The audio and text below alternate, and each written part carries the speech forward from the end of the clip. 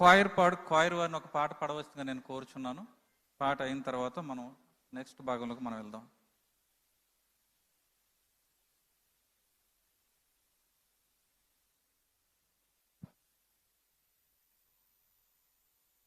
మనందరం కూడా లేచి నిలబడి మన రాష్ట్ర ముఖ్యమంత్రి గారు శ్రీ నారా చంద్రబాబు నాయుడు గారు వస్తూ ఉండగా అందరం కూడా లేచి నిలబడి 2 చేతులతో చప్పట్లు కొడుతూ సార్ను మనం ఆహ్వానించుకుందాం.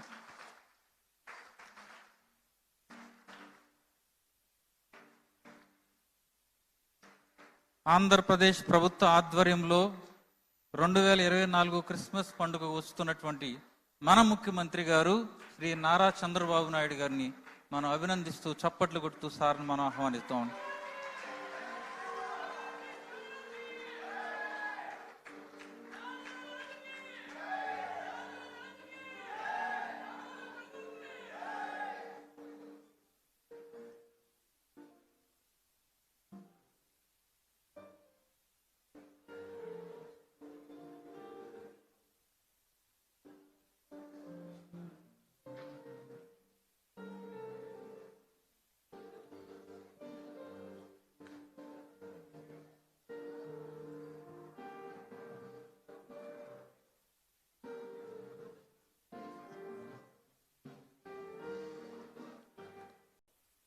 మొట్టమొదటిసారిగా నేను సమైక్య ఆంధ్రప్రదేశ్లో ముఖ్యమంత్రిగా ఉన్నప్పుడు గవర్నమెంట్ తరపున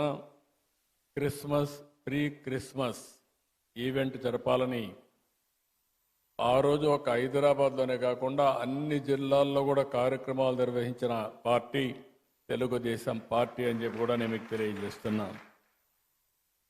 ఎప్పుడు కూడా నేను ఒకటే ఆలోచిస్తాను, మైనారిటీ వర్గాల సంక్షేమానికి భద్రతకు ఎప్పుడూ నేను అండగా ఉంటాను.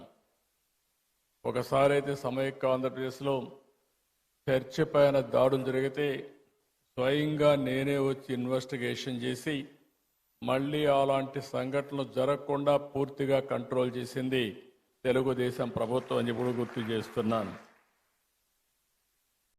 ఇప్పుడే చాలామంది మాట్లాడారు.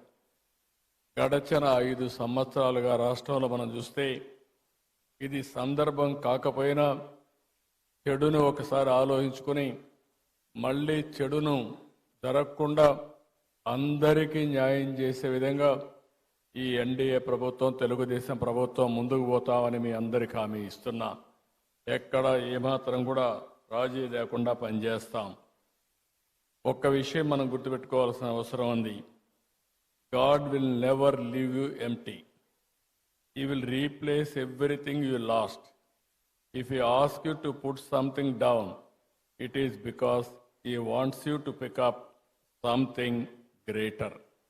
అది మనం చూసినప్పుడు ఇది తప్పకుండా జరుగుతుంది.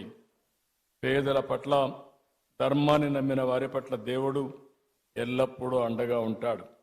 మా ప్రభుత్వం ఒకటే చెప్తున్నాం, క్రిస్టియన్స్కి పూర్తిగా అండగా ఉంటామని మనస్ఫూర్తిగా మీ అందరికీ భరోసా ఇస్తున్నాను.